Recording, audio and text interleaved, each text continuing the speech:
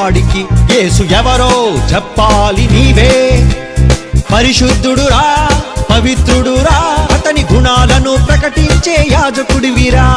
పరిశుద్ధుడురా పవిత్రుడురా అతని గుణాలను ప్రకటించే యాజకుడివిరా. వాదించి ఒప్పించి గెలిపించరా యేసుని. భూమిని తలక్రిందులు చేయవారే ఈ తరంలోనే వచ్చినారే. భూమిని తలక్రిందులు చేయువారే ఈ తరంలోనే వచ్చినారే. బైబిలే బంగారం కాదంటే నీ బ్రతుకు బండారం. వీడియో చూస్తున్న అందరికీ యేసుక్రీస్తు వారి నామములో నా వందనాలు తెలియజేస్తున్నాను. ఈరోజు యోవేలు గ్రంథం గురించి మాట్లాడుకుందాం. యోవేలు ఈ యోవేలు ఇంగ్లీష్లో జోవెల్ అంటారు, అందరూ తెలుసు అనుకుంటున్నాను. జోవెల్ అయితే అందరూ ఈ ప్రవక్తని చిన్న ప్రవక్త అని పిలుస్తారు. అసలు ప్రవక్తల్ని పెద్ద ప్రవక్తలు చిన్న ప్రవక్తలని కేటగిరీగా డివైడ్ చేయడానికి మెయిన్ రీజన్ ఏంటంటే వాళ్ళు రాసిన కంటెంట్. పెద్ద ప్రవక్తలు యెషయా, యిర్మీయా, దానియేలు, హెస్కేలు కానీ వీళ్ళందరూ కూడా ఎక్కువ కంటెంట్, సుమారు 50 పైన అధ్యాయాలు, 48, 66, 50 ఇట్లా రాయడం వల్ల వాళ్ళని పెద్ద ప్రవక్తలకు కన్సిడర్ చేశారు. మిగతా వాళ్ళందరూ కొన్ని చిన్న అధ్యాయాలు, మూడు అధ్యాయాలు, 4 అధ్యాయాలు, 5 అధ్యాయాలు అలా రాయడం వల్ల వీళ్ళని చిన్న ప్రవక్తలే కన్సిడర్ చేశారు. అంతే తప్ప ప్రవక్తల యొక్క స్థాయిని కాదు, ప్రవక్తల యొక్క స్థాయిని కన్సిడర్ చేస్తూ వాళ్ళు పెద్ద ప్రవక్తలు గొప్పవాళ్ళు అని కాదు. ఓకేనా? అంటే ఈ ఓన్లీ రాసిన కంటెంట్ బట్టి అర్థం చేసుకోవడానికి చిన్న ప్రవక్తలు మొదటి గ్రంథం అంటే అర్థమైంది కదా, హోషియా. చిన్న ప్రవక్తలు 2వ గ్రంథం యోవేలు, ఇలా ఈజీగా అర్థం అవుద్ది. కాబట్టి కేవలం దీన్ని మాత్రం దృష్టిలో పెట్టుకొని చిన్న ప్రవక్తలు పెద్ద ప్రవక్తలను డివైడ్ చేశారు అన్నమాట. సో ఇలా డివైడ్ నా రూల్ ప్రకారం అయితే ఇలా అసలు డివైడ్ చేయకూడదు. అంటే అలా స్థాయిని బట్టి కాదు, కానీ రాసిన కంటెంట్ బట్టి చిన్న ప్రవక్తలు అని చెప్పవచ్చు అని చెప్తాను. సరే, ఈరోజు యోవేలు గ్రంథం ధ్యానం చేద్దాం. ముందే చెప్తున్నాను, బైబిల్లో ఏ పుస్తకాన్ని కూడా క్లియర్గా పూర్తిగా చెప్పలేం. వచ్చినానికి కేవలం ఆ పుస్తకం ఎలా చదవాలి అనే మార్గం మాత్రమే చెప్పగలం. మిగతాదంతా చదివేవాడి చేతిలో ఉంటుంది. దాదాపు అసాధ్యం అని చెప్పచ్చు. అంటే ప్రతి వచనం ఎక్స్ప్లెయిన్ చేస్తూ చెప్దాం అంటే చాలా కష్టం. దట్టు మనం చదివే ప్రవక్తల గ్రంథాలు చాలా కష్టంగా ఉంటాయి. ఎందుకంటే అవి కొన్నిసార్లు ఎలా ఉంటాయంటే ఒకే అధ్యాయంలో డిఫరెంట్ టాపిక్స్ మాట్లాడతాడు. ఈ టాపిక్కే ఒక వచ్చినేమో ప్రజెంట్ గురించి చెప్తాడు, అప్పట్లో ప్రజెంట్ గురించి చెప్తాడు, నెక్స్ట్ టైం ఫ్యూచర్లో చెప్తాడు, ఇంకోటి ఏమో పాస్ట్లో చెప్తాడు, పాస్ట్లో ఇలా చేశారు కదా అంటూ చెప్తూ ఉంటారు అన్నమాట. అందుకే చాలా కష్టంగా ఉంటాయి అన్నీ. చాలా చెప్పాలంటే అర్థం చేసుకోవడానికి డిఫికల్ట్గా ఉంటుంది. కానీ ఒక మనసు పెట్టి ట్రై చేస్తే ఈజీగా అర్థమవుతుంది. మనసు పెడితే చేయని పని ఏమి ఉండదు అనమాట. సో మనసు పెట్టి చదివితే ఈజీగా ఉంటుంది. నేను ఈరోజు కేవలం ఎలా చదవాలి మెయిన్ ఇన్పుట్, ఏ మార్గంలో వెళ్ళాలి అని మాత్రం ఇస్తాను. జాగ్రత్తగా ఆలోచించండి. ఈ యోవేలు అనే పేరుతో బైబిల్లో సుమారు 14 మంది ఉంటారు. ఈ 14 మంది సుమారు 14 వేసుకోవచ్చు. అంటే 14 మంది బైబిల్లో యోవేలు అనే పేరుతో ఉంటారు. సో యోవేలు గారి గురించి, ఈ యోవేలు గారి గురించి బైబిల్లో ఎక్కడ రాసలేదు. డిఫరెంట్ యోవేలు గారి గురించి ఉంది, కానీ ఈ యోవేలు గారి గురించి బైబిల్ ఎక్కడ రాసలేదు. యోవేలు అనే మాటకు అర్థం ఏంటంటే యెహోవాయే దేవుడు. యోవేలు అనే మాటకి అర్థం యెహోవాయే దేవుడు. నన్ను అడిగితే నేను చెప్తానంటే యోవేలు గారి గురించి తెలియకుండా యోవేలు గ్రంథాన్ని అర్థం చేసుకోవడం దాదాపు అసాధ్యం. నీకు రైటర్ గురించి తెలియకుండా గ్రంథం అని అర్థమవుతుంది. ఫస్ట్ రైటర్ గురించి తెలుసుకోవాలి. ముందే చెప్పాను, ఇది వివరణ మాత్రమే. అంటే వివరణ అని చెప్పాను, కానీ ఎలా చదవాలనే బాట చూపిస్తాను. వీడియో చేస్తే మీరు దాన్ని అర్థం చేసుకొని చదివేటప్పుడు నేను చెప్తున్న పాయింట్స్ మైండ్లో పెట్టుకొని చదివితే కొంచెమైనా అర్థమవుతుంది అనమాట. సో వివరణ అని పేరు పెట్టను, కానీ దాన్ని అధ్యయనం అని చెప్పచ్చు. మీకు ఎలా చెప్పాలి అంటే వివరణం పేరు మాత్రం అడగండి. వివరించలేం, గ్రంథాలను మన అసాధ్యం. జీవితకాలం సరిపోదు చెప్పాలంటే. నేను 3 అధ్యాయాలు ఉన్న యోవేలు గ్రంథాన్ని చెప్పాలి అంటే వచ్చాయని పదాన్ని విడదీసుకుంటూ చెప్పాలంటే జీవితం సరిపోదు. సంవత్సరాలు పడుతుంది యోవేలు గ్రంథంలోనే. అట్లాంటి కష్టమైన యోవేలు గ్రంథం ఇది. సరే, యోవేలు గారి గురించి యోవేలులు ఎంతమంది ఉన్నారు బైబిల్ అంటే 14 అని చెప్పాను. అలాగే యోవేలు గారి గురించి బైబిల్లో ముందే చెప్పాను కదా, ఏ రాజు పేరు దీంట్లో మెన్షన్ చేయడు. అలాగే ఈయన పేరు కూడా ఏ గ్రంథంలో చరిత్ర గ్రంథంలో మెన్షన్ చేయరు. కేవలం అపోస్తల కార్యాల్లో మాత్రమే ఆయన పేరు మెన్షన్ చేస్తారు. కేవలం కొత్త నిబంధన అయిన అపోస్తల కార్యాల్లో ఈయన పేరు మెన్షన్ చేస్తారు. అసలు అపోస్తల కార్యాలు ఎక్కడ మెన్షన్ చేస్తారని మనం ఆలోచిస్తే, ఆ రోజు పెంతెకొస్తు పండుగ దినమున పరిశుద్ధాత్మ భూమి మీదకి వస్తాడు కదా. భూమి మీదకి వచ్చిన తర్వాత పరిశుద్ధాత్మ ప్రేరణతో నిండిన వారైనా పేతురు, అలాగే పేతురు ఎన్నుకో మిగతా 11 మంది, అలాగా వాళ్ళందరూ కూడా పరిశుద్ధాత్మతో నిండిన వారే ఉంటారు.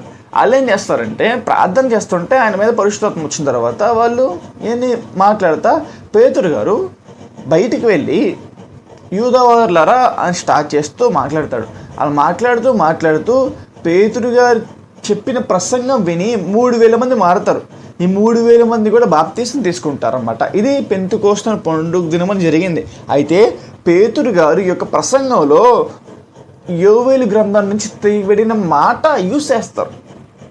యోవేలు గ్రంథం నుంచి ఎత్తి పేతురు గారు మాట్లాడతారు. అలా మాట్లాడుతూ యోవేలు అను మాట వాడతారనమాట. యోవేలు గారు చెప్పారు కదా అంత మాట్లాడతారు. చూద్దాం ఒకసారి. అపోస్తల కార్యాలు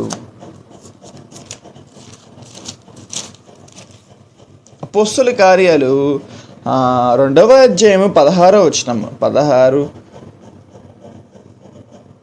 వచనం. యోవేలు ప్రవక్త ద్వారా చెప్పబడిన సంగతి ఇదియే కదా. ఏమని చెప్తానంటే అంచెదిన 17 అంచెదినములందు నేను మనుషులందరి మీద నా ఆత్మను కుమ్మరించదును, అంటే పరిశుద్ధాత్మ వస్తుంది అని యోవేలు గారు చెప్తారనమాట. అంటే పరిశుద్ధాత్మ ప్రతి మనుషుల మీదకి వచ్చింది, బాప్తీసం తీసుకున్న ప్రతి మనుషులకి నా ఆత్మను కుమ్మరిస్తాను అని యోవేలు గారి ద్వారా దేవుడు ముందుగానే చెప్తాడు అనమాట. అర్థమైందా?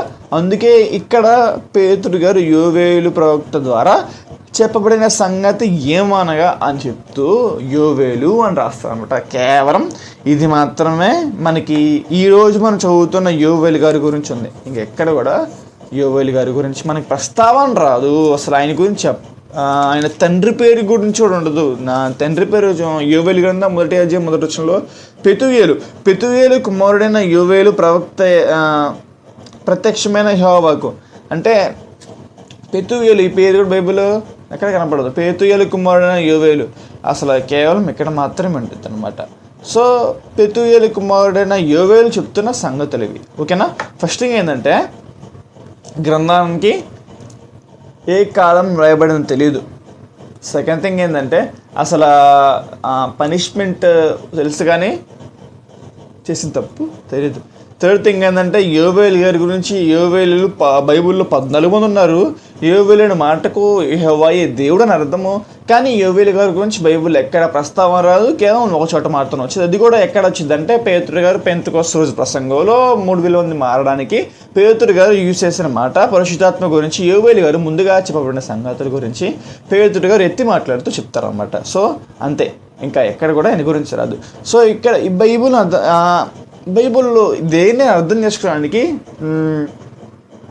ముందు కాలం, గ్రంథంలో కాలం లేదు కానీ చెప్తాను జాగ్రత్తగా. కాలం గురించి కాలం అర్థం చేసుకుంటే మనకి మిగతా అన్నీ కూడా ఈజీగా అర్థమైపోతాయి. కష్టపడాల్సిన అవసరం లేదు. కాలం అర్థం చేసుకుంటే ప్రతి పుస్తకానికి కాలం అదే చెప్పేస్తారు. ముందు చెప్పాను కదా, యోషియా గురించి కానీ లేకపోతే ఆమోస్ గురించి అటు ఇటు కూడా, మధ్యలో పుస్తకానికి అటు ఇటు కూడా వాటిలో కాలం ఉండేది. ఏ రాజు కాలంలో రాయబడింది అంటే రాజు కాలం రాయబడింది అని ఎందుకు చెప్తానంటే రాజుల గ్రంథాల యొక్క చరిత్రలు ఉన్నాయి. అంటే వాళ్ళు చేసిన పనులు కానీ వాళ్ళు మంచి పనులు వేసారా చెడ్డ పనులు వేసారా, రాజు మంచోడా రాజు చెడ్డోడా అని మనకి చదివితే ఈజీగా అర్థమవుతుంది.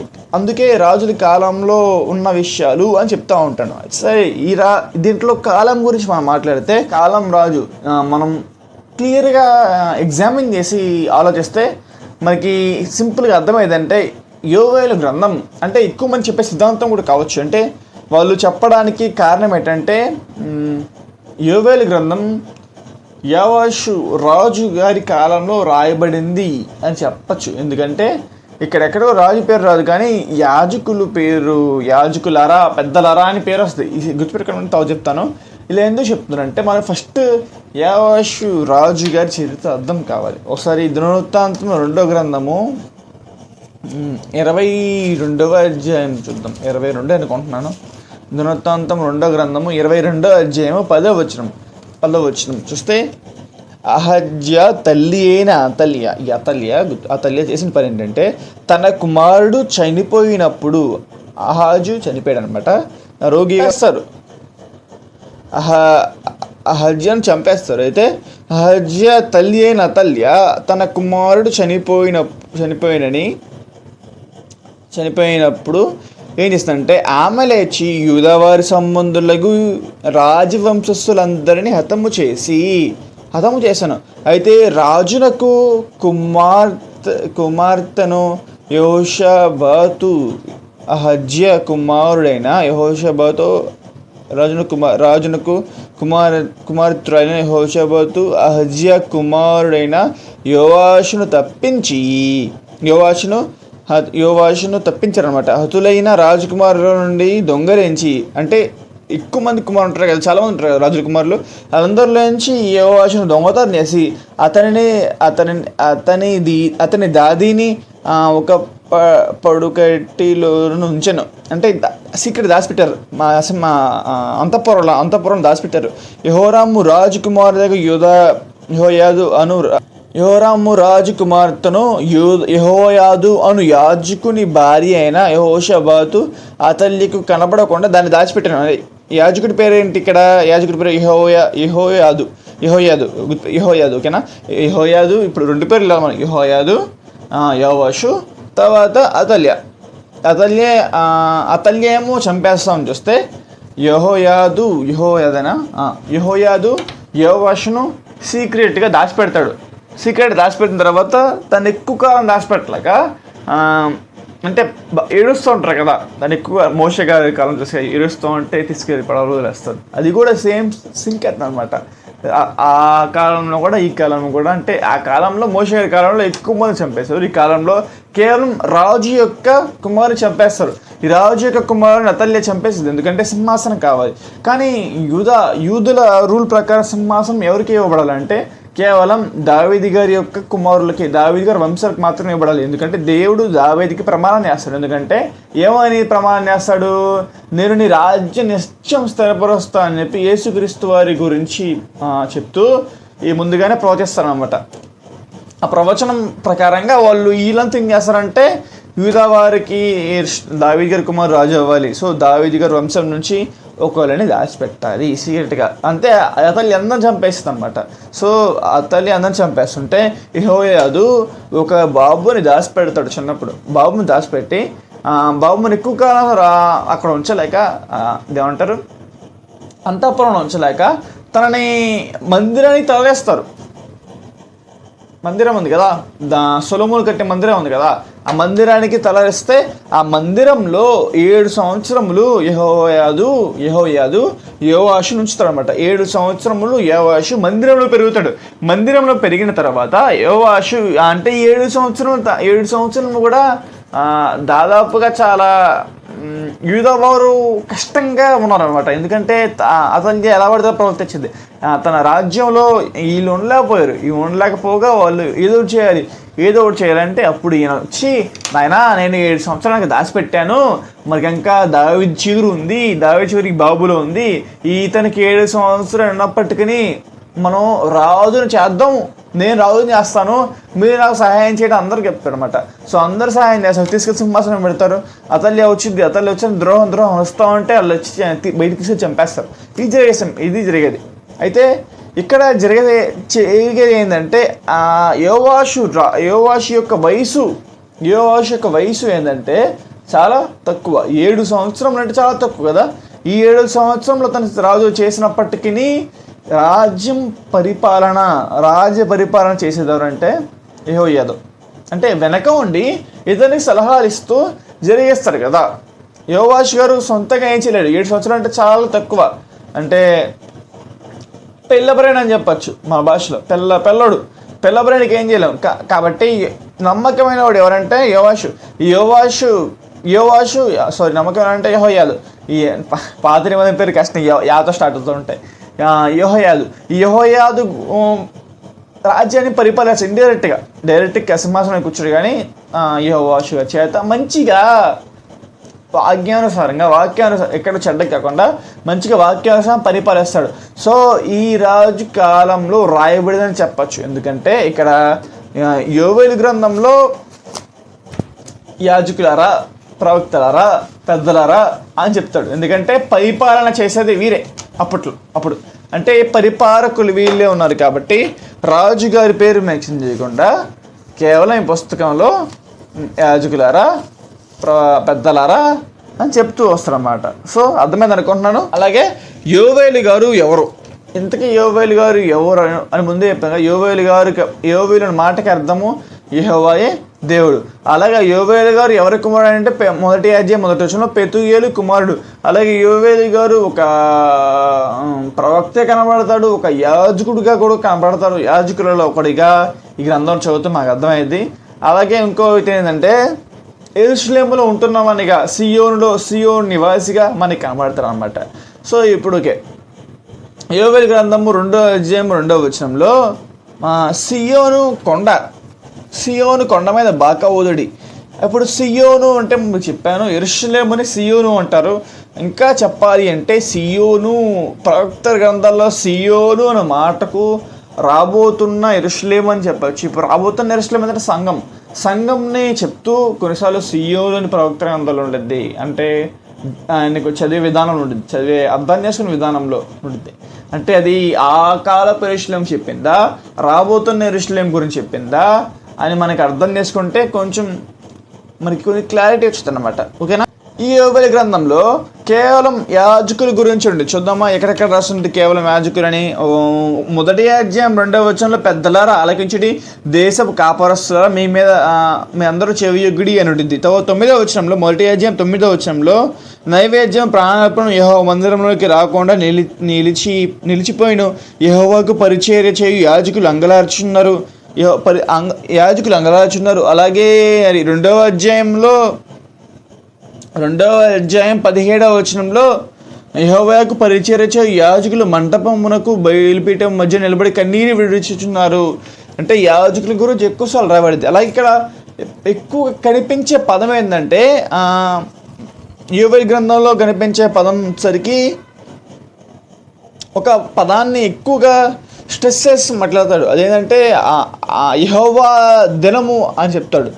ఎక్కడది మొదటి అధ్యాయం 15వ వచనం చూస్తే యెహోవా దినమే వచ్చును, యెహోవా దినము అంటూ ఎక్కువ సార్లు చెప్తూ ఉంటాడు. యెహోవా దినము అని ఈ మాట ఎక్కువసార్లు చెప్తాడు అనమాట. సో ఈ గ్రంథంలో ఎక్కువగా రిపీట్ అయింది కానీ లేకపోతే ఎక్కువగా స్ట్రెస్ చేసి చెప్పిన మాట ఏంటంటే యెహోవా దినము, తీర్పు. ఈ 2 విషయాలు ఎక్కువగా డైరెక్ట్గా చెప్తూ ఉంటాడు. అలాగే ఈ గ్రంథాన్ని 2గా విభజించుకుందాం. ఈ గ్రంథాన్ని 2 పార్ట్స్ చేసుకుంటే మొదటి అధ్యాయం నుండి 2వ అధ్యాయము 15వ వచనం వరకు ఒక భాగం. అలాగే 2వ అధ్యాయం 18వ వచనం నుంచి 3వ అధ్యాయం 21వ వచనం ఒక భాగం. అంటే మళ్ళీ చెప్తాను.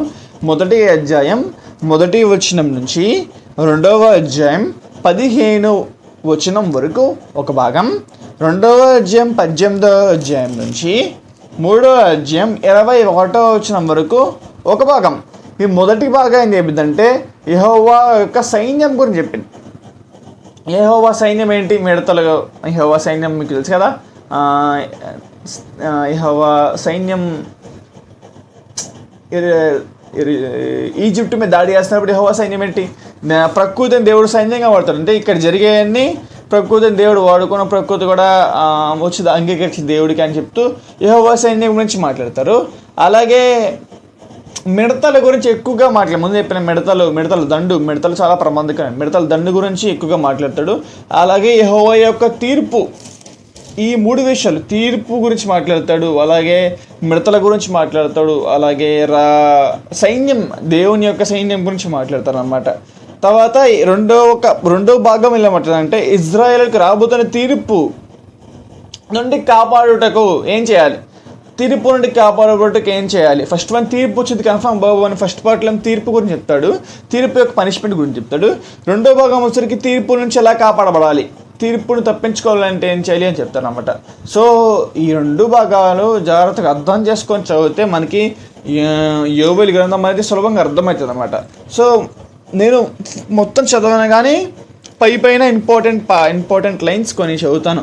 మొదటి అధ్యాయం మొదటి వచనం, పెతుగేలు కుమారుడైన యోవేలుకు ప్రత్యక్షమైన యెహోవాకు పెద్దలారా ఆలకించుడి. పెద్దలారా అంటే రాజులు అనమాట. రాజు లేనట్టు ఉన్నారు, రాజు ఉన్నాడంటే ఉండే ఉంటాడు. రాజుకి ఇశ్రాయేలుకి అంటే యూదులకి రాజు లేకుండా ఎప్పుడు ఉండలేదు కదా, దావీదు ఎప్పటి నుంచి చెరలోకి వెళ్ళేదాకా రాజులు ఉన్నారు. సో ఇది రాజుగా రాయబడినప్పటికీ రాజు పేరు చెప్పట్లేదు. అంటే రాజు అధికారిలో లేడు, అంటే రాజు ఉన్నాడు కానీ అధికారం పరిపాలించేది ఎవరంటే యాజకులు, పెద్దలు. సో వాళ్ళకి చెప్తున్నాడు, అంటే పెద్దలారా ఆలకించుడి, దేశపు కాపరస్తులారా మీరందరూ చెవియొగ్గుడి వినుడి. ఇలాంటి సంగతి మీ దినములలో కానీ మీ పితరుల దినములను వచ్చినదా, ఈ సంగతి మీ బిడ్డలకు తెలియజేయడి. వారు తమ బిడ్డలను ఆ బిడ్డలు రాబో వారి తరమునకు తెలియజేయుదురు. ఈ సంగతి అంట మీ బిడ్డలకు చెప్పండి.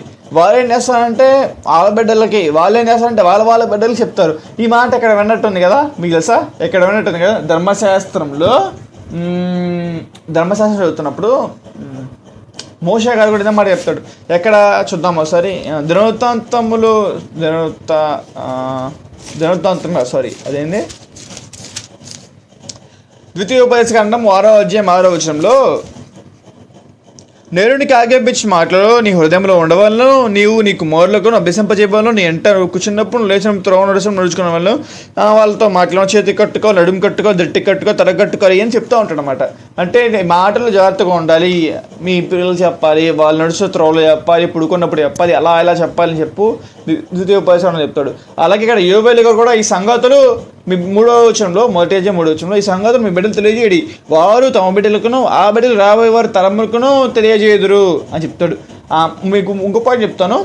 యోవేలు గ్రంథం లిఖితపూర్వకంగా మొదట రాయబడిన ప్రవక్త గ్రంథం యోవేలు. అంటే యోవాషుని కన్ఫర్మ్ చేసుకున్నాం కదా మనం. యోవాషు గారు రాజుల్లో అందరికంటే మిగతా ప్రవక్త వచ్చినప్పటికంటే ముందుగానే ఉన్నారు యోవాషు గారు. తర్వాత యోతాము, ఆహాజు, ఇవన్నీ హిజ్కియా వీళ్ళందరూ తర్వాత వచ్చారు. ఆ కాలంలో తర్వాత ఏషియా, ఇర్మియా, ఇలా అందరూ ఉన్నారు అనమాట. సో యోవేలు గారు ఏ రాజు కాలంలో అంటే యోవాషు రాజు చెప్పాము. అలాగే యోవాషు గారు ముందు ఉన్నాడు కాబట్టి, పరిపాలన ముందున్నాడు కాబట్టి రాజుల్లో ఈ గ్రంథం లిఖితపూర్వకంగా మొదట రాయబడిన ప్రవక్త గ్రంథం ఇది యోవాషు. ఈ ప్రవక్త గ్రంథంలోనే పరిశుద్ధాత్మ గురించి, రాబోతున్న పరిశుద్ధాత్మ గురించి దేవుడు రాయిస్తాడు. అలాగే ఇంకో ట్విస్ట్ ఏంటంటే,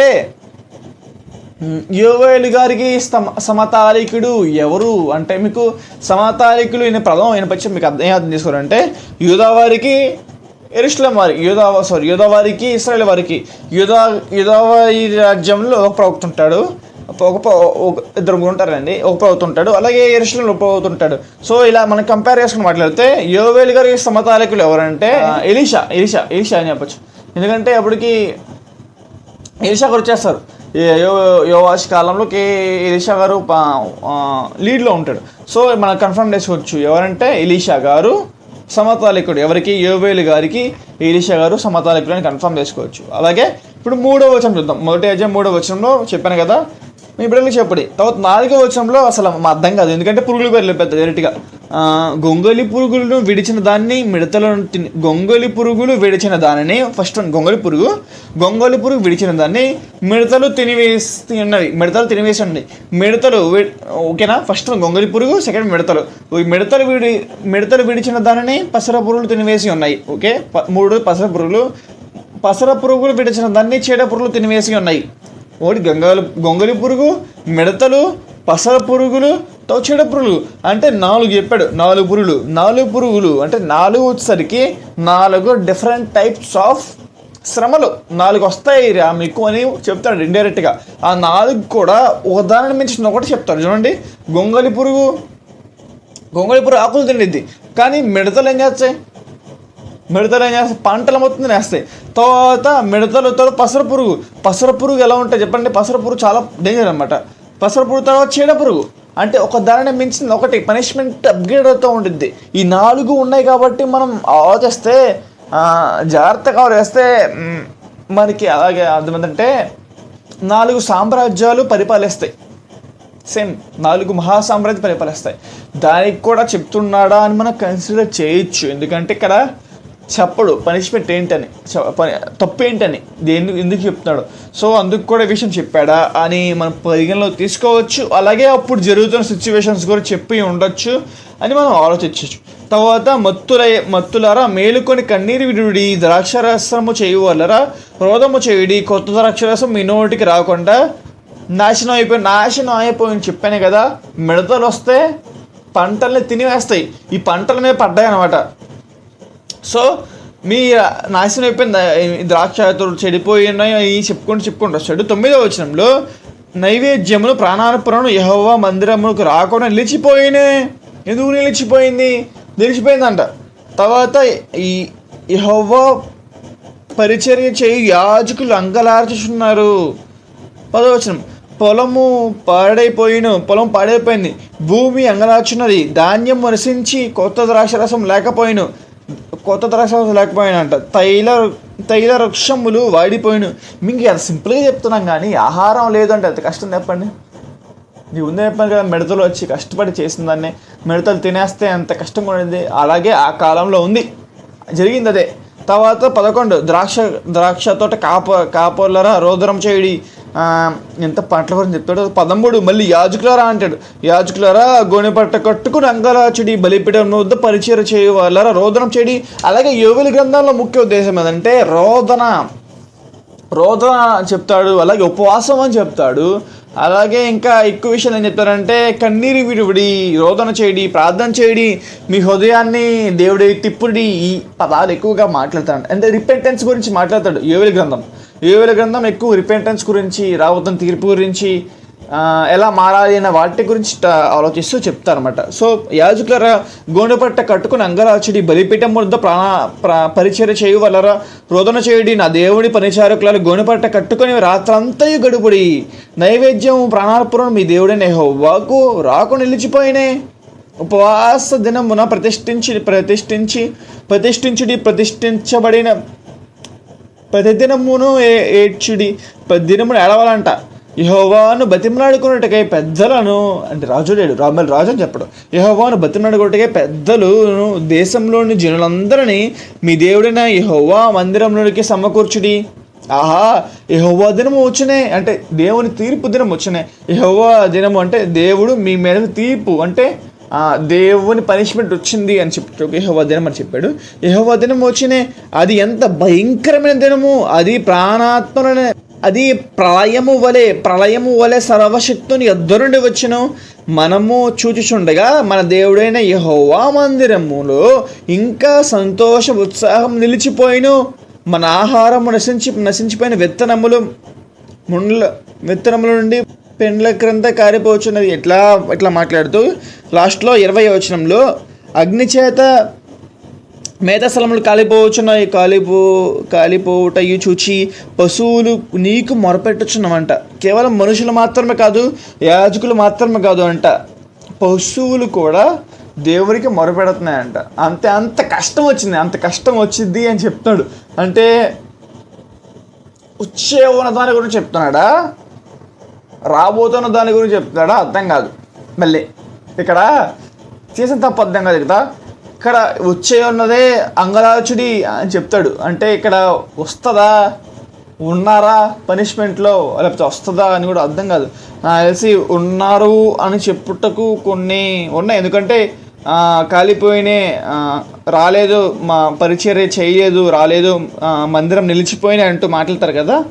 యాజకుల రంగులో వచ్చాడంటే ఓకే, పనిష్మెంట్ వచ్చిందా, చేసిన తప్పుకి పనిష్మెంట్ వచ్చిందా, తీర్పు వచ్చిందా అని మాట్లాడుతున్న సమయంలో 2వ అధ్యాయంలో ట్విస్ట్ ఏంటంటే పనిష్మెంట్ ఇంకా వచ్చిద్ది, ఇంకా రాబోతున్నది అని చెప్తా మాట్లాడతారు అనమాట. 2వ అధ్యాయం 1వ వచనం, సియోను కొండ మీద బాకా ఊదడి, నా పరిశుద్ధ పర్వతం మీద హెచ్చరిక నాదము చేయుడి, యెహోవా దినము వచ్చి ఉన్నది. వచ్చేసిందంట. చెప్పాను కదా, మంది చెప్పిన వచ్చుచున్నదనియు, యెహోవా దినము అంటే ఇంకా రాలేదు, వస్తుంది అంటాడు. ఇక్కడేమో మొదటి వచనంలో ఇంకా వచ్చింది, పంటలు అన్నీ అయిపోయినాయి, మీరు కష్టపడాలి, ప్రార్థన చేయాలి, ఉపవాసం ఉండాలి అంటాడు. ఇక్కడ వచ్చేసరికి ఏమంటాడంటే వచ్చుచున్నది, జాగ్రత్త పడండి అని చెప్తాడు. అది సమీపమాయనని దేశ నివాసులారా వణుకుదురు. సమీపం అవుతున్నారు, యెహోవా దినం వస్తుంది, రెడీగా ఉండండి, మీరు మారు మనసు పొందడే అని చెప్తూ ఇవన్నీ కూడా యెహోవా దినం గురించి చెప్తూ 2వ అధ్యాయం మొత్తం కూడా అంతే ఉండిద్ది. తర్వాత 11వ వచనం చూస్తుంది. గ్రంథం అంతటికి కీవర్స్ 11 ఏంటంటే యెహోవా తన సైన్యమును నడిపించుచు, యెహోవా సైన్యం చెప్పాను కదా, యెహోవా తన సైన్యం నడిపించుచు ఉరుము వలె గర్జించుచున్నాడు. ఆయన దండు బహు గొప్పదైనను, ఆయన ఆజ్ఞ నెరవేర్చినది,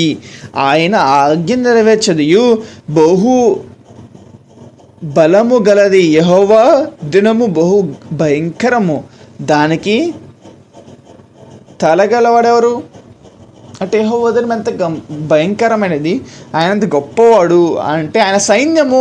ఆ మాటను నచ్చింది, ఆయన ఆ ఆజ్ఞను నెరవేర్చినది బలము గలదంట. ఆయన అంటే యెహోవా సైన్యం అంటే చెప్పాలి ప్రకృతి దేవుని సైన్యం కదా, సైన్యంలో అధిపతి ప్రకృతిగా, దేవతలు కానీ అన్నీ ఆయన సైన్యమే.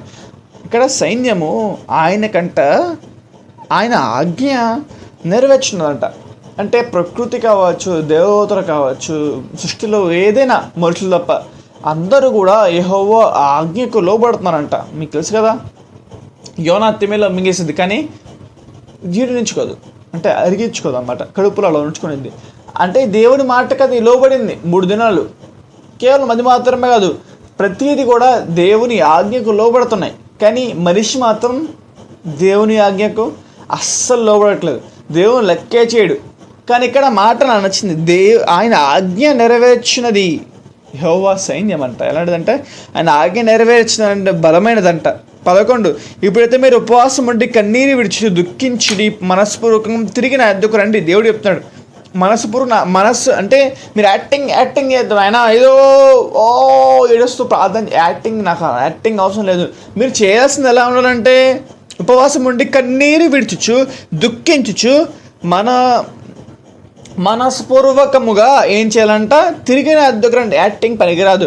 దేవుడు తెలుసు కదా నీవు ఎందుకు ఎడుతున్నావు, మనస్పూర్వకంగా నాకు తిరిగి రండి. ఇదే యెహోవాకు మీ దేవుడైన యెహోవా, దేవుడు చెప్తున్నాడు ఇదే యెహోవాకు అంటే మనస్సుపూర్వకంగా ఆయన ఎందుకు రావాలని దేవుడు చెప్తున్నాడు. మీ దేవుడైన యెహోవా కరుణ వాత్సల్యములు గలవాడును. చాలా మంది వాయిస్ అసలు నాకు చాలా నచ్చింది. మీ దేవుడైన యెహోవా కరుణ వాత్సల్యము గలవాడును, శాంతిమూర్తియు అత్యంత కృపగలవాడునే ఉన్నాడు. అత్యంత కృపగలవాడే నుండి తాను చేయనుద్దేశించిన కీడు చేయక పశ్చాత్తాపడును. అంటే నీ కీడు చేస్తాను చెప్పాను కదా, ఆ కీడు కూడా చేయడంట పశ్చాత్తాపడి. ఎందుకు పశ్చాత్తాపడాలంటే అంటే మీరేం చేయాలి, ఆయన పశ్చాత్తాపడటకు మీరేం చేయాలని చెప్తాడు. కనుక మీరు మీ వస్త్రములను కాక మీ వస్త్రం చింపుకోవాల్సిన అవసరం లేదు బిడ్డ. మీరు చింపుకోవాల్సింది అంటే మీ హృదయములను చింపుకోవాలి. మీకు తెలుసు కదా, హృదయములు గలవారిని నలిగిన హృదయం గలవారి యొద్దకు ఆయన వస్తారంట. చాలా అది ఎక్కడ ఉండిద్ది, యెషయా గ్రంథం అనుకోండి. యెషయా గ్రంథము 57వ అధ్యాయం 15వ వచనం. మహాగణుడును అంటే చూడండి, దేవుడి గురించి చెప్తూ ఆయన ఎక్కడికి వస్తున్నాడు అని చెప్తాడు. మహాగణుడు అంట, అంటే ఆయన మించి గనుడు ఎవరు లేరంట. తర్వాత మహోన్నతుడు అంటే అందరికన్నా పైనవాడు. ఆ పైనవాడు ఎలా ఉన్నాడంట, పరిశుద్ధుడు నిత్య నివాసి అయిన వాడు ఇలాగ సెలవిచ్చినాడు, నేను మహోన్నతమైన పరిశుద్ధ స్థలములు నివసించి వాడను, నేనంత గొప్పవాడను. అయినను వినయము గల ప్రాణమును ఉజ్జీవింపజేయుటకును, నలిగిన వారి ప్రాణమును ఉజ్జీవింపజేయుటకును వినయము గలవారి వద్దకును దీన మనసు గలవారి వద్దకును నివసించుచున్నాను అంటాడు. అంటే అంత గొప్ప అంత పైన ఉంటాను, నా స్టాండర్డ్స్ వేరు అని దేవుడు చెప్తూ, కానీ వినయము గలవారిని విరిగి నలిగిన వారి వద్దకును దీన మనసు గల వారి వద్దకును నేను వస్తాను అని దేవుడు చెప్తున్నాడు. ఎంత బాగుంది చెప్పండి. ఎంత పైన ఉన్నా సరే ఇలాంటి క్యారెక్టర్ మీలో ఉంటే మీ వద్దకు నేను వచ్చేస్తాను, మీలాంటి వారు నాకు కావాలి అని చెప్తాడు. అలాగే ఇంకో చోట చెప్తారంటే వినయము గలవారి కొరకు యెహోవా అంట ఆకాశం నుండి కనులారా పరిశీలన చేసి వస్తానంట. అలాగే మరి పేతురు గ్రంథంలో కూడా చెప్తాడు, విరిగి నలిగిన ఒక బలియాగం, విరిగి నలిగిన బలియాగం ఆయనకి ఇష్టమైన బలి అని చెప్తా ఉంటాడు. అంటే ఇక్కడ కూడా మీరు మీ వస్త్రములను కాక మీ హృదయములను చింపుకొని ఆయన తట్టు తిరుగుడి. మీరేం చేయాలంటే మీ వస్త్రం పైన అవసరం లేదు, దేవుడికి కావాల్సిన మీ హృదయములను చింపుకోవాలి. మీరు మీ హృదయములను చింపుకొని ఆయన తట్టు తిరగాలి. మీ మారు మనసు పొందాలి, తిరిగి మళ్ళీ తప్పు చేయకూడదు. మీ హృదయం మార్పు రావాలి. మీ మార్పు వస్తే దేవుడు ఏం చేస్తాడంట, మీనప్ప దేవుడికే శబాష్ అని మాత్రం ఉండు, అతను ఏం చేస్తాడంటే మీకు రాబోతున్న శిక్షను తొలగిస్తాడు. అలాంటి వాడు మళ్ళీ కరుణ వాత్సల్యములు గలవాడును శాంతిమూతులైన వాడును అత్యంత కృపగలవాడే ఉన్నాడంట. తన క్యారెక్టర్ అది. సో ఇలాంటి ఆయన క్యారెక్టర్ మీ పాపాలు క్షమించబడాలంటే మీరు చేయాల్సింది ఏంటంటే మీరు మీ హృదయముల నుంచి మాత్రము చించుకోండి. వస్త్రం చించాల్సిన అవసరం లేదు, మీ హృదయంలో చించుకోవాలి. విరిగి నలిగిన మనసుతో ఆయన వద్దకు ఉండాలి, ఆయన వద్ద మనం ఉండాలన్నమాట. ఇది దేవుడు కోరుతుంది. అలాగే ఒకవేళ ఆయన మనసు 14 ఒకవేళ ఆయన మనస్సు తిప్పుకొని పశ్చాత్తాపడి మీ దేవుడైన యెహోవా తగిన నైవేద్యములు ప్రాణార్పణ మీరు దీవెనగా అనుగ్రహింపబడిన వాడే చెప్పగలడు. సియోను బాకావుదడి ఉపవాస దినము ప్రతిష్ఠించుడి. ప్రతిదినము ఉపవాస దినం ఎక్కువసార్లు రాసుండే. ఉపవాస దినం ప్రతిష్ఠించుడి, ప్రతి దినము నివసించి ప్రకటన చేయడి. జనుల సమకూర్చుడి.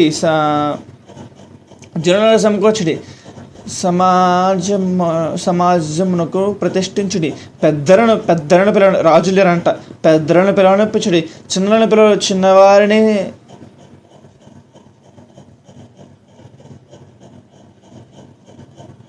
సర్చపానము చేయ బిడ్డలను తోడుకొని రండి. పెండ్లి కుమారుడు అంతఃపురంలో నుండి పెండ్లి కుమార్తె గదిలో నుండి రావాలనియు యెహోవాకు పరిచర్య చేయు యాజకులు మంటపమునకును బలిపీఠమును మధ్య నిలిచి కన్నీరు విడిచుచు. ఇప్పుడు అర్థమైందా? ఇప్పుడు మొదటి వచనం నుంచి 2వ అధ్యాయం 15వ వచనం వరకు ఒక పార్ట్. ఈ పార్ట్ సెకండ్ పార్ట్ వచ్చేసరికి డిఫరెంట్గా ఉంటుంది, చాలా డిఫరెంట్గా ఉంటుంది. ఇదంతా 2వ అధ్యాయము 15వ వచనం నుంచి 2వ అధ్యాయము 27వ వచనం వరకు యాజకులు మాట్లాడుతున్నట్టుగా మనకు అర్థమవుతుంది అనమాట.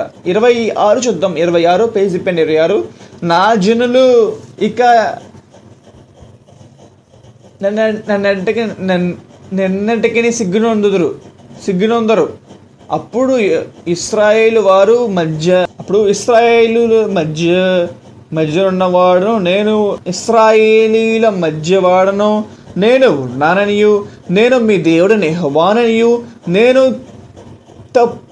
నేను తప్ప వేరొక దేవుడు లేడనియు మీరు తెలుసుకొందురు. నా జనులు ఇంకా ఎన్నడూ సిగ్గునొందరు. అంటే నేను చెప్పిన మాటలు అంగీకరిస్తే నేను ఎన్నటికీ సిగ్గునొందరు అని దేవుడు ప్రమాణం చేస్తాడు. కానీ ట్విస్ట్ ఏంటంటే యెరూషలేము 27 సార్లు పైగా దాడి చేయబడి నాశనం అయిపోయింది. 27 ఇంకా కంటిన్యూ అవుతుంది. ఇంకా యెరూషలేము ఉందన్నమాట. ఇంకా యెరూషలేము ఉంది కదా. సో ఇంకా దాడులు చేయబడుతున్నాయి. ఇంకా ఇంకా ఇంకా 27 సార్లు అంటే మామూలు విషయం. 27 సార్లు ప్రాంతపై దాడులు వచ్చాయి. 27 సార్లు కూడా దేవుని అంగీకరిస్తూ ఉంటాయి అసలు. దేవుడు నోకి అంటే దేవుడే మాట ఇచ్చాడు, నేను మిమ్మల్ని స్థిరపరుస్తాను అని దేవుడు చెప్తుంటే ఏం చేశారు? దేవుడు మాట నిర్లక్ష్యం చేశారు. 28 తర్వాత నేను సర్వజనుల మీద నా ఆత్మ, ఇక్కడ పేతురు గారు ప్రసంగాలు చెప్తారు కదా, అదే మాట ఇది. సర్వజనులకి ఇది కూడా కీవేస్ అని చెప్పచ్చు. సర్వజనుల మీద నా ఆత్మను కుమ్మరింతును, మీ కుమారులను మీ కుమార్తెను ప్రవచింపరు. ఇవన్నీ కూడా కీవేస్ అనమాట. తర్వాత 30 మరియు ఆకాశమందును భూమి మీదను మహాత్కరము అనగా రక్తములను అగ్నిలు ధూమస్తంభములను కనపరచను. యెహోవా యొక్క భయంకరమైన ఆ మహాదినం రాకముందు సూర్యుడు తేజోహీనుడగును, చంద్రుడు రక్తహీనుడగును. యెహోవా యొక్క సూర్యుడు తేజోహీనుడగునంట, చంద్రుడు రక్తవర్ణమగుడంట. సూర్యుడు తేజోహీనుడు ఎప్పుడయ్యాడు? చరిత్రలో సూర్యుడు తేజోహీనుడు ఎప్పుడయ్యాడంటే యేసుక్రీస్తు వారు చనిపోయేటప్పుడు సూర్యుడు తన తేజోహీనుడు అవుతాడు, అలాగే చంద్రుడు రక్తవర్ణం అవుతాడు. ఆ దినం గురించి యెహోవా దినము అంటే ఇండైరెక్ట్గా యేసుక్రీస్తు వారు చనిపోతున్న దినము అని కూడా చెప్పచ్చు అన్నమాట. తర్వాత ఇంకా తీర్పు గురించి కూడా చెప్పచ్చు. ఇంకా రెండోసారి యేసుక్రీస్తు వారు వస్తారు కదా, దాని గురించి కూడా మహాదినము. అప్పుడు సూర్యుడు తేజోహీనుడు వచ్చి జాగ్రత్తగా అర్థం చేసుకో. సూర్యుడు తేజోహీనుడు, చంద్రుడు ఎర్రగా అవ్వడం ఏంటి? తీర్పులో పంచిభూతాలు లయమైపోతాయి. చంద్రుడు మిగటమైన వేండ్రమూత అంట లయమైపోతారంట. లయమైపోయిన తర్వాత ఇంకా ఎర్రగా అవ్వడం ఏంటి? ఇంకా తేజోహీనుడు అవ్వడం ఏంటి? ఈ కాదు కదా. అంటే తీర్పు గురించి కాదు ఈ మాట. దేని గురించి అంటే ఆ కాలంలో ఎప్పుడైనా మహాదినము పనిష్మెంట్ వచ్చినప్పుడు జరిగి ఉండొచ్చు. లేకపోతే మన బైబిల్లో రాయబడిన ఒక మెయిన్ దినం ఏంటంటే యేసుక్రీస్తు వారి యొక్క మరణం అప్పుడు కూర్చి ఉండొచ్చు. ఇది 2వ అధ్యాయం మొత్తం ఇది. తర్వాత 3వ అధ్యాయం మొత్తం కూడా ఆ దినములు అనగా యూదావారిని యెరూషలేము అంటే చేసిన పనిష్మెంట్కి వచ్చిన పనిష్మెంట్ నుంచి తప్పించుకోవాలి, పనిష్మెంట్ రాకుండా ఉండాలి అని చెప్పుటకు 3వ అధ్యాయం మొత్తం అదే ఉంటుంది. 3వ అధ్యాయం లాస్ట్ చూద్దామా? అంటే మేము చెప్పాను ముందే చెప్తాను, ప్రతి చెప్పడం అసాధ్యం. 3వ అధ్యాయం మీద 1వ వచనం. అయితే యూదా దేశము నివాసులారా నిత్యము తరతరములకు యెరూషలేము నివాసులుగా తరతరములు యెరూషలేము నివాసముగా నుండును. యెహోవా సియోనులో నివాసిగా ఉండును. తరతరములకు యెరూషలేము ఉండును. అంటే ఈ మాట పట్టుకొని అందరూ ఏం చేస్తారంటే మేము యెరూషలేము సపోర్ట్ చేస్తాం, యెరూషలేము కోసం ప్రార్థిస్తాం, యెరూషలేము దేవుడు చెప్పాడు కదా అంటాడు. కానీ యెరూషలేము అంటే ఆ యెరూషలేము కాదు. యెరూషలేము అంటే రాబోతున్న యెరూషలేము సంఘం గురించి మాట్లాడుతూ ఈ మాట చెప్తాడు. సంఘములో నేను నివాసిగా ఉంటాను దేవుడు చెప్తాడు. సంఘంలో నేను ఉంటాను, సంఘములో నిత్యము తరతరములకు నేను సంఘములో నివాసిగా ఉంటాను. యెహోవా సంఘములో నివాసిగా ఉండును. ఇది మీనింగ్. యోవేలు గ్రంథం యొక్క మీనింగ్ ఏంటంటే దేవుడు పనిష్మెంట్ ఇస్తాడు, పనిష్మెంట్ రాబోతుంది, పనిష్మెంట్ యొక్క ఘోరం ఉంది. సో మీరు మారు మనసు పొందుడి, మీ హృదయంలో చించుకోనండి, వస్త్రములు కాదు హృదయంలో చించుకోనండి. మీ రిపెంటెన్స్ కోసం ఏం చేయాలి? ఉపవాసం ఉండి ప్రార్థన చేయడి, ఇంకా గుణపట్ట కట్టుకోండి. యాజకుల గురించి చెప్తాడు, కానీ యాజకులు గుణపట్ట కట్టుకోండి అంటాడు. ఇప్పుడు యాజకులు ఎవరు చెప్పండి? మనమే యాజకులం. ఇప్పుడు మనమే కదా యాజకులం. యాజకులు ఎవరు? పేతురు రాసిన మొదటి పత్రిక, పేతురు రాసిన 2వ పత్రిక